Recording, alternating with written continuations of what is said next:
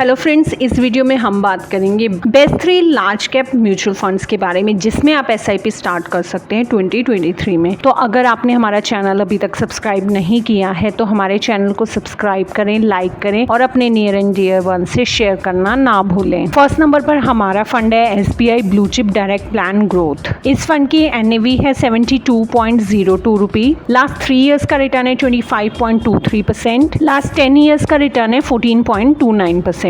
Asset under management है 35,770 करोड़ रुपी। इसका expense ratio 0.9% है। जितना कम एक्सपेंस रेशियो उतनी ही अच्छी फंड की परफॉर्मेंस होती है। तो ये आपको देखना बहुत इंपॉर्टेंट होता है कि किसी भी फंड का एक्सपेंस रेशियो मिनिमम से। तो यहाँ हमने इसके रिटर्न्स को बेटर कैलकुलेट करने के लिए आपको एक एग्जाम्पल की हेल्प से समझाया है कि अगर आप 10,000 की SIP इस फंड में 5 साल के लिए लगाते हैं तो आपकी आज की डेट में क्या करंट इन्वेस्टमेंट्स की वैल्यू होगी। तो आइए देखते हैं कि टोटल इन्वेस्टमेंट आपकी हो जाएगी 6 लाख की, यानी कि अगर 10,000 रुपए की SIP आप हर महीने यानी कि 12 महीने देते हैं 5 साल के लिए तो टोटल 6 लाख आपके जमा हो जाएंगे और उसकी करंट वैल्यू होगी 8,87,000 रुपी और आपको एनुअलाइज रिटर्न आएगा क्लोज अबाउट 15.64% पर एनम का। तो आप देखिए ये बहुत ही बेहतरीन रिटर्न है किसी भी इन्वेस्टमेंट ऑप्शन के लिए। सेकेंड नंबर पर हमारा फंड है Canara Robeco blue chip equity fund direct plan growth. इसकी NAV है 48.31%।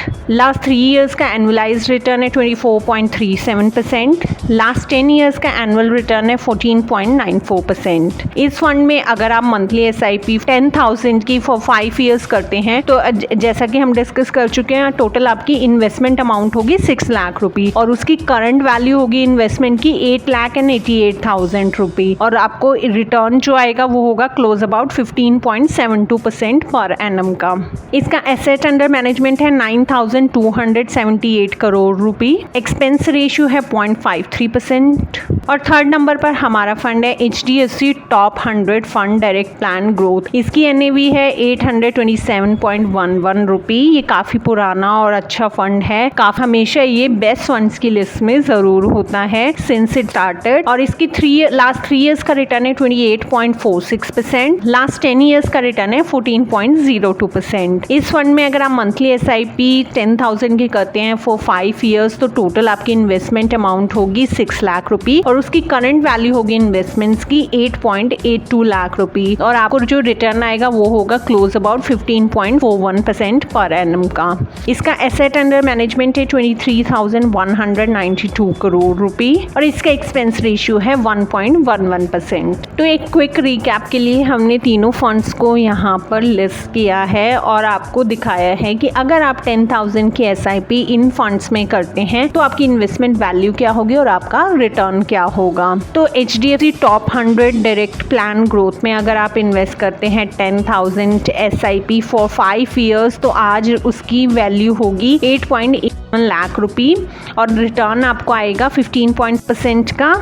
अगर आप Canara Robeco blue chip equity fund में इन्वेस्ट करते हैं और 10,000 रुपी की SIP 5 इयर्स के लिए तो आज की डेट में आपकी इन्वेस्टमेंट वैल्यू होगी 8.88 लाख रुपी और आपको जो रिटर्न आएगा वो होगा 15.72% का। और अगर आप SBI blue chip direct plan growth में SIP लगाते हैं तो उसकी आज इन्वेस्टमेंट वैल्यू होगी 8.87 लाख रुपी और आपको जो रिटर्न आएगा वो होगा 15.64%। तो आप देखेंगे कि जो भी अच्छे फंड्स हैं जो कि अच्छा परफॉर्म कर रहे हैं टॉप फंड्स हैं उनकी near about same he return उन्होंने जनरेट किया है क्योंकि जो हमारा पोर्टफोलियो होता है लार्ज कैप स्टॉक्स का वो टॉप कंपनीज होती हैं जो इंडियन इकोनॉमी की टॉप परफॉर्मिंग सेक्टर से हैं, टॉप परफॉर्मिंग कंपनीज हैं और वो बहुत ही बेहतरीन परफॉर्म कर रही हैं। तो आप देखेंगे तो लार्ज कैप म्यूचुअल फंड्स के ज़्यादातर सेम ही नियर अबाउट आपको रिटर्न आएंगे। तो कोई भी आप अच्छी स्कीम चूज कर अपनी इन्वेस्टमेंट स्टार्ट कर सकते हैं और अपने इन्वेस्टमेंट गोल्स को अचीव कर सकते हैं। म्यूचुअल फंड्स में इन्वेस्ट करने का सबसे अच्छा फायदा होता है कि आपको प्रोफेशनल फंड मैनेजमेंट मिलती है। आपको खुद किसी स्टॉक में जाकर रिसर्च कर इन्वेस्ट करने की रिक्वायरमेंट नहीं होती। आपका रिस्क डाइवर्सिफाई हो जाता है क्योंकि पोर्टफोलियो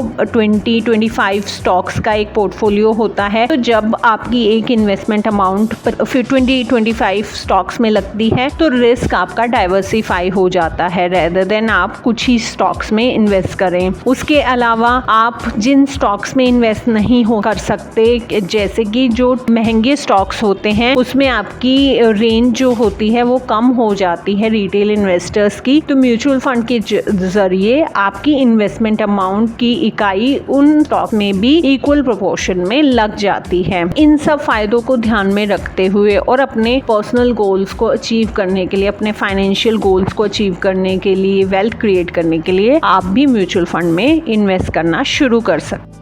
तो अगर आपको हमारा वीडियो पसंद आया तो प्लीज़ हमारे चैनल को लाइक और सब्सक्राइब करें। For more updates please press the bell icon. So let's get started with multi cap wealth.